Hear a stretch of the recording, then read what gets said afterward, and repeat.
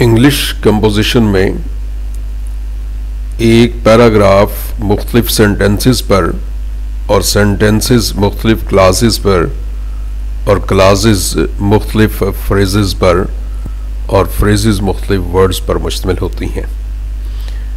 अगर किसी पैराग्राफ को एक ही सांस में पढ़ दिया जाए तो शायद उसके समझने में बहुत सारी गलत फहमियाँ पैदा हो जाएं। लिहाजा किसी पैराग्राफ को चाहे वो छोटा हो या बड़ा हो सही तौर पर अंडरस्टैंड करने के लिए इंग्लिश लैंग्वेज में पंक्चुएशन मार्क्स इस्तेमाल की जाती हैं। पंक्चुएशन मार्क्स से मुराद ये ऐसे पाजेज हैं या ठहराव हैं या ये अशारती अलामात हैं जो अल्फाज के मानी को वाज़े करती हैं। राइटिंग में सही मीनिंग कन्वे करने के लिए सबसे बड़ी जो अहम स्किल है वो पंक्चुएशन ही है। अच्छे राइटर्स अपने रीडर्स को क्लियर मैसेजेस कन्वे करने के लिए पंक्चुएशन का सही इस्तेमाल करते हैं। पंक्चुएशन के रूल्स प्रोज को ज्यादा मुअस्सर बनाने के लिए बनाए गए हैं। पंक्चुएशन मार्क्स रीडर्स के लिए ऐसे सिग्नल्स हैं जो इसे कहीं ठहरने, जोर देने, किसी अमल को तब्दील करने या टेक्स्ट के एलिमेंट्स के दरमियान रिलेशनशिप की निशानदेही करते हैं। अगर इन अलामात को सही तौर पर इस्तेमाल किया जाए तो रीडर तहरीर को सही तौर पर पढ़ने और समझने के काबिल हो जाता है, लेकिन अगर इन अलामात का इस्तेमाल गलत हो जाए तो इससे पूरे फिक्रे और पैराग्राफ का मफहूम बदल सकता है। आज के लेक्चर में हम पंक्चुएशन मार्क्स सीखेंगे। आमतौर पर इंग्लिश लैंग्वेज में 14 किस्म की मार्क्स हैं जिन्हें पंक्चुएशन मार्क्स कहते हैं। बहुत आसान है, समझने के बाद इनकी प्रैक्टिस करने से ये राइटिंग की गलतियां और अंडरस्टैंडिंग की गलतियां ख़त्म हो सकती हैं। तो आइए स्टार्ट करते हैं। पहला पंक्चुएशन मार्क, उसे फुल स्टॉप कहा जाता है। ये एक डॉट की शक्ल में लिखा जाता है। इसका दूसरा नाम द पीरियड है, फुल स्टॉप या पीरियड। फुल स्टॉप को हम इंग्लिश कंपोजिशन में 3 मुख्तलिफ जगहों पर इस्तेमाल करते हैं। नंबर 1, इसे एक मुकम्मल फिक्रे के आखिर में इस्तेमाल किया जाता है। ये फिक्रे के ख़त्म होने की निशानी होता है और इसके बाद जो अगला फिक्रा है वो हमेशा कैपिटल लेटर से शुरू होता है। For example, I have completed my studies. यहां फुल स्टॉप हम डालेंगे स्टडीज के बाद, और ये इस बात की अलामत है कि कहने वाले ने अपनी बात मुकम्मल कर ली है। नंबर 2, फुल स्टॉप को हम एब्रीविएशंस के इख्तिताम पर इस्तेमाल करते हैं। एब्रीविएशंस जब हम किसी पूरे लफ्ज को उसमें से कुछ लेटर लेकर, मखसूस लेटर लेकर, चंद लेटर्स का इस्तेमाल करके पूरे उस लफ्ज के मीनिंग मुराद लेना चाहते हो तो उसे एब्रीविएशन कहा जाता है। जैसे MBBS, तो आखिरी लेटर को छोड़कर जो पहले लेटर्स हैं उनके एंड पर हम फुल स्टॉप डालते जाएंगे। अब पूरा लफ्ज यूं है, bachelor of medicine, bachelor of surgery. तो इसमें से चंद लेटर्स को उठाकर इस लफ्ज की एब्रीविएशन बनाई गई है, M full stop, B full stop, B full stop और S। तो ये डिनोट करेगा हमारे पूरे वर्ड को जो कि bachelor of medicine, bachelor of surgery है। इसी तरह ब्रिटिश ब्रॉडकास्टिंग कंपनी, अब ये 3 अल्फाज पर मुश्तमिल ये नाम है। तो जब हम इसकी एब्रीविएशन करते हैं तो हम इसके 3 लेटर्स को, जो कि हर लफ्ज का पहला लेटर है, उसको पिक करते हैं और इनके बाद हम फुल स्टॉप डालते हैं। याद रहे कि जिन लेटर्स के बाद हमने फुल स्टॉप डालना है वो हमेशा कैपिटल होने चाहिए। जैसे बी कैपिटल फुल स्टॉप, फिर बी कैपिटल फुल स्टॉप और फिर सी भी कैपिटल होगा। BBC British broadcasting company. तीसरा इस्तेमाल फुल स्टॉप का हम एक्रोनिम्स के हर पार्ट के एंड पर इस्तेमाल करते हैं। अब एक्रोनिम्स ये होते हैं कि जो पूरे एक लफ्ज में से चंद लेटर उठाकर लिखे जाते हैं और इनसे मुराद वो पूरा लफ्ज ही होता है। जैसे एटसेटरा, एटसेटरा, इस लफ्ज को आमतौर पर ETC लिखा जाता है और ये कैपिटल लेटर्स में नहीं लिखा जाता, ETC। तो इसके एंड पर जो C है उसके एंड पर हम फुल स्टॉप डाल देते हैं और ये एक्रोनिम की निशानी है। दूसरे नंबर पर आता है कॉमा। कॉमा को हम एक उर्दू में वाव, लेकिन बहुत मुख्तसर सी छोटी सी वाव की शक्ल में लिखते हैं और कॉमा हमेशा बॉटम में होता है, किसी लेटर के नीचे लिखा जाता है। कॉमा लिखने के भी हमारे पास 3 रूल्स हैं। इनको समझने के बाद हम आइंदा कंपोजिशन की गलतियों से बच सकते हैं। कॉमा का पहला रूल यह है कि जब हम किसी एक ही लिस्ट में मुख्तलिफ चीजों को अलग अलग करते हैं तो इन चीजों के बाद हम आखिरी लेटर के नीचे कॉमा डाल देते हैं। For example, I bought a pencil, a book, a bag and a notebook. अब ये एक ही लिस्ट है जिसमें मुख्तलिफ चीजें हैं, तो इनके में से हर एक चीज के बाद, आखिरी से पहले हर एक चीज के बाद हम कॉमा डालते जाएंगे। तो ये यूं ठीक फिक्रा बनेगा, I bought a pencil, comma, a book, comma, a bag and a notebook. Comma का दूसरा इस्तेमाल हम वहां करते हैं जहां सबऑर्डिनेट क्लास को हम शुरू में इस्तेमाल करें और प्रिंसिपल क्लास को बाद में इस्तेमाल करें, तो सबऑर्डिनेट क्लास के एंड पे कॉमा डाला जाता है। क्लास किसी फिक्रे के एक मुकम्मल हिस्से को कहते हैं और हमारे बहुत सारे फिक्रे एक से ज्यादा क्लासेस पर मुश्तमिल होते हैं। तो वो क्लास जो फिक्रे का ज्यादा से ज्यादा मफहूम वाज़े कर रही हो उसे हम प्रिंसिपल क्लास कहते हैं और बाकी क्लासेस जो उस पर डिपेंडेंट हों उन्हें हम सबऑर्डिनेट क्लास कहते हैं। अब किसी फिक्रे में अगर प्रिंसिपल क्लास दूसरे नंबर पर आ रही हो और सबऑर्डिनेट क्लास पहले आ रही हो तो फिर हमने सबऑर्डिनेट क्लास के एंड पे कॉमा डालना है। For example, if it rains we shall not come. अब इन दो क्लासेस को अंडरस्टैंड कीजिए। इफ इट रेन्स एक क्लास ये है, दूसरी क्लास ये है वी शैल नॉट कम। अब इन दोनों क्लासेस में जो क्लास ज्यादा से ज्यादा मफहूम बयान कर रही है, वाज़े कर रही है, वो वी शैल नॉट कम है। वी शैल नॉट कम वाली क्लास को हम प्रिंसिपल क्लास कहेंगे, जबकि दूसरी क्लास इफ इट रेन्स ये हमारी सबऑर्डिनेट क्लास है और इस फिक्रे में सबऑर्डिनेट क्लास पहले आ रही है।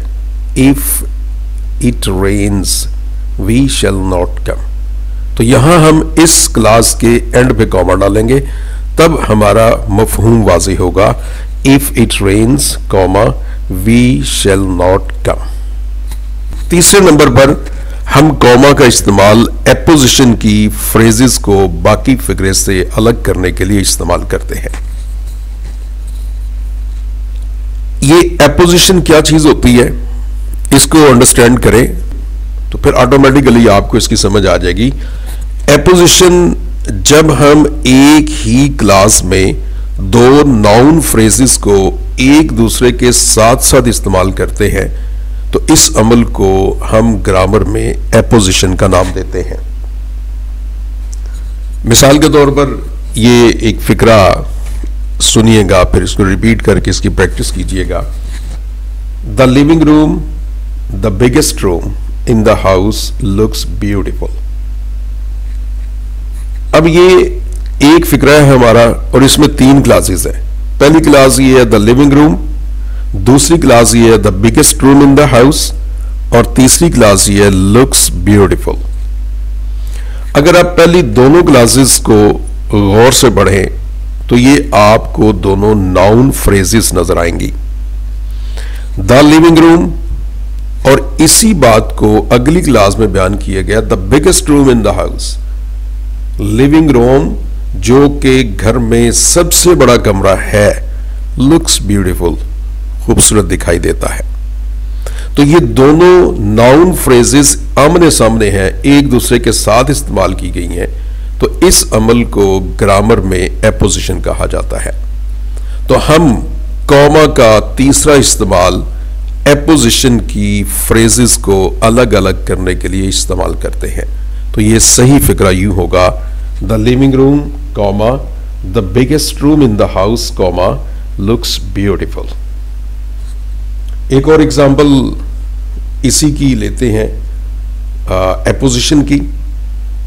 Timothy their youngest child is very wise.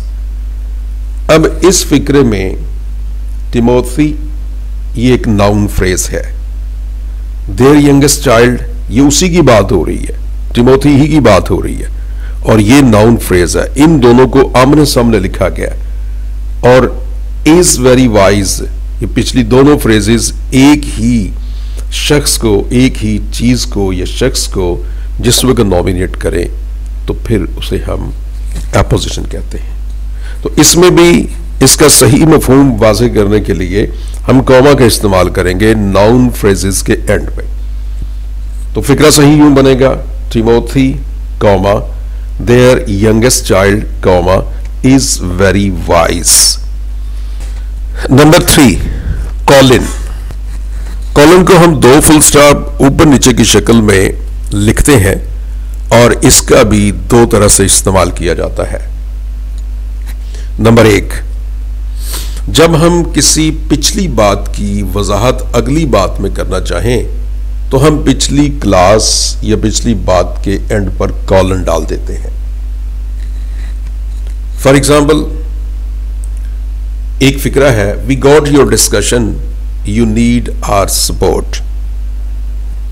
अब इसमें पिछली बात यह थी वी गॉट योर डिस्कशन, तुम्हारी बहस से, गुफ्तगू से हमने समझ लिया है, और अगली क्लास ये है यू नीड आवर सपोर्ट, कि तुम्हें हमारी सपोर्ट की जरूरत है, हमायत की जरूरत है।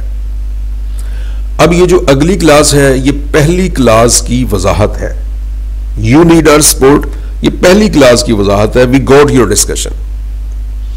अब यहां इन दोनों क्लासेस के दरमियान या जो पहली क्लास है उसके एंड पे हम कॉलन डालेंगे, तो फिक्रा यूं ठीक होगा, we got your discussion colon you need our support full stop. Colon का दूसरा इस्तेमाल हम उस वक्त करते हैं जब हम किसी लिस्ट ऑफ आइटम्स का तारुफ करवाते हैं। हम जिस वक्त पहली बात करते हैं तो उसके बाद आने वाले किसी फिक्रे की तरफ हम इशारा कर रहे होते हैं, आने वाले किसी फिक्रे को हम बताना चाह रहे होते हैं। For example, to travel you need the following things, a passport, a visa, an application and fee। अब पहला जो हमारा हिस्सा था उसमें हमने एक बात की और ये बात अगली लिस्ट ऑफ आइटम्स को बता रही है। आपको सफर करने के लिए मुदरजा झैल चीजों की जरूरत है। अब ये जो अगली बात है ये लिस्ट है और उसमें जो भी बताया जा रहा है, अ passport, a visa, an application and fee. अक्सर आप देखते हैं कि आपका जो क्वेश्चन पेपर है उसके क्वेश्चन पे ये लिखा होता है आंसर द फॉलोइंग क्वेश्चंस और आगे कॉलन और फिर नीचे लिस्ट होती है 1 2 3 4 5 वट एवर द सिचुएशन में भी। तो ये जिस वक्त हम लिस्ट ऑफ आइटम्स का तारुफ करवाते हैं तो तारुफ करवाने से उन लिस्ट ऑफ आइटम्स से पहले और पहली क्लास के एंड पे हम कॉलन का इस्तेमाल करते हैं।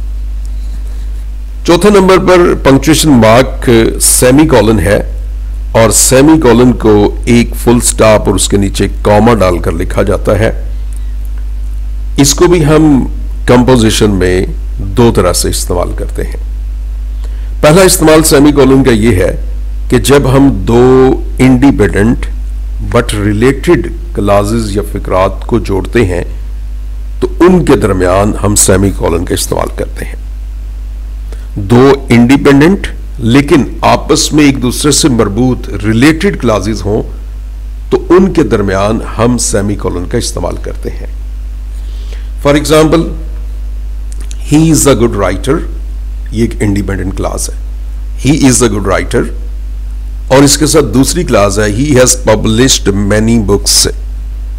अब जो दूसरी क्लॉज है वो पहली क्लॉज के साथ रिलेटेड है, लेकिन पहली क्लॉज इंडिपेंडेंट है और दूसरी क्लॉज भी इंडिपेंडेंट है। अगर इनको अलग अलग पढ़ा जाए तो ये दोनों इंडिपेंडेंट है मगर दोनों इंटर रिलेटेड है।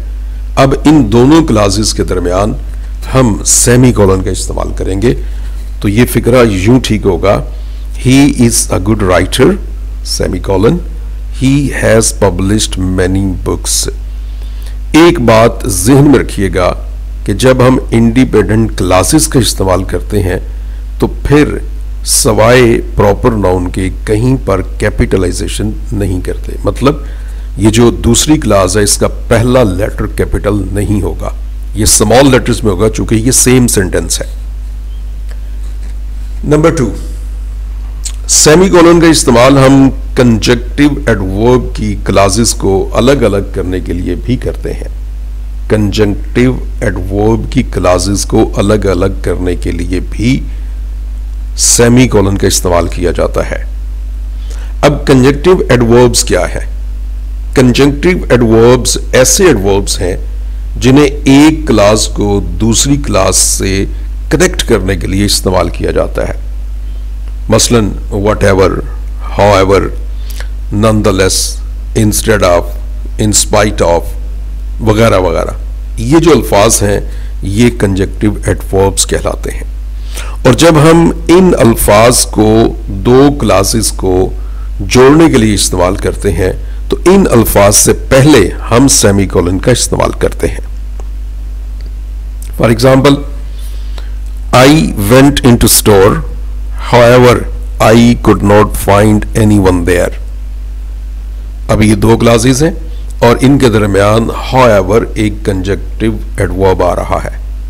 तो अभी हमने ये सीखा है कि जब कंजक्टिव एडवर्ब्स जहां इस्तेमाल हो रहे हो क्लासेस को अलग अलग करने के लिए तो इन वर्ड से कंजक्टिव एडवर्ब से पहले हम सेमीकोलन इस्तेमाल करते हैं। तो हम इसको पहले सेमीकोलन पहली क्लास के बाद इस्तेमाल करेंगे। I went into store semicolon, however I could not find anyone there. दूसरी एग्जाम्पल लिख लीजिए, you are my friend nonetheless I suspect you. अब इसमें देखिए नॉनदलेस ये कंजक्टिव एडवर्ब है तो इससे पहले हमने सेमीकोलन का इस्तेमाल करना है। You are my friend semicolon, nonetheless I suspect you, full stop. अगली हमारी मार्क पंक्चुएशन मार्क है क्वोटेशन मार्क। क्वोटेशन मार्क इसको इन्वर्टेड कॉमास भी कहा जाता है। तो एक लेफ्ट साइड पे एक राइट साइड पे, तो इसे हम क्वोटेशन मार्क कहते हैं और इसको भी हम कंपोजिशन में दो मौके पर दो जगहों पर इस्तेमाल करते हैं। नंबर 1, जब हम किसी दूसरे के कहे हुए अल्फाज को हू बहू कहीं बताना चाह रहे हो, उनको मेंशन करना चाह रहे हो, उनको लिख रहे हो तो हम उन अल्फाज को कॉमास में यानी क्वोटेशन मार्क्स के अंदर लिखते हैं। मिसाल के तौर पर, he said to me I will not come tomorrow. अब इसमें I will not come tomorrow ये किसी के अल्फाज हैं जो कि पिछली क्लास में हमें बताया जा रहा है ही सेड टू मी, उसने मुझे कहा था आई विल नॉट कम टुमारो। अब इन अल्फाज को जब हम हू बहू क्वोट करना चाहेंगे तो हम इस पूरे सेंटेंस को आई विल नॉट कम टुमारो को इन्वर्टेड कामास में या क्वोटेशन मार्क्स में लिखेंगे। तो आई जहां से ये स्टार्ट हो रहा है इसके ऊपर कामा होगा और ये उल्टा कामा होगा, और फिर जहां पर ये खत्म हो रहा है तो वहां पर भी कामा होगा और ऊपर वाली साइड पे होगा। आमतौर पर हमारे जो डायरेक्ट से इनडायरेक्ट सेंटेंसेस होते हैं, दो हमारी क्लासेस होती हैं, उनमें से जो पहली है उसे रिपोर्टिंग वर्ब कहते हैं और दूसरी जो है ना रिपोर्टेड स्पीच। तो जो रिपोर्टेड स्पीच है यानी किसी की कही हुई बात है वो हमेशा हम क्वोटेशन मार्क में लिखते हैं। दूसरा क्वोटेशन मार्क का इस्तेमाल हम उस वक्त करते हैं जब हम किसी राइटिंग के टाइटल को लिखना चाहें। For example, I read this in For Whom the Bell Tolls. I read this in For Whom the Bell Tolls. For Whom the Bell Tolls ये चूंकि एक नॉवल है तो ये उसका टाइटल है, तो इस टाइटल को हम क्वोटेशन मार्क के साथ लिखेंगे। फार से पहले हम इसके ऊपर एक कॉमा डालेंगे और टॉल्स के एस पर ऊपर हम एक कॉमा डालेंगे। तो ये क्वोटेशन मार्क के दो रूल्स हैं।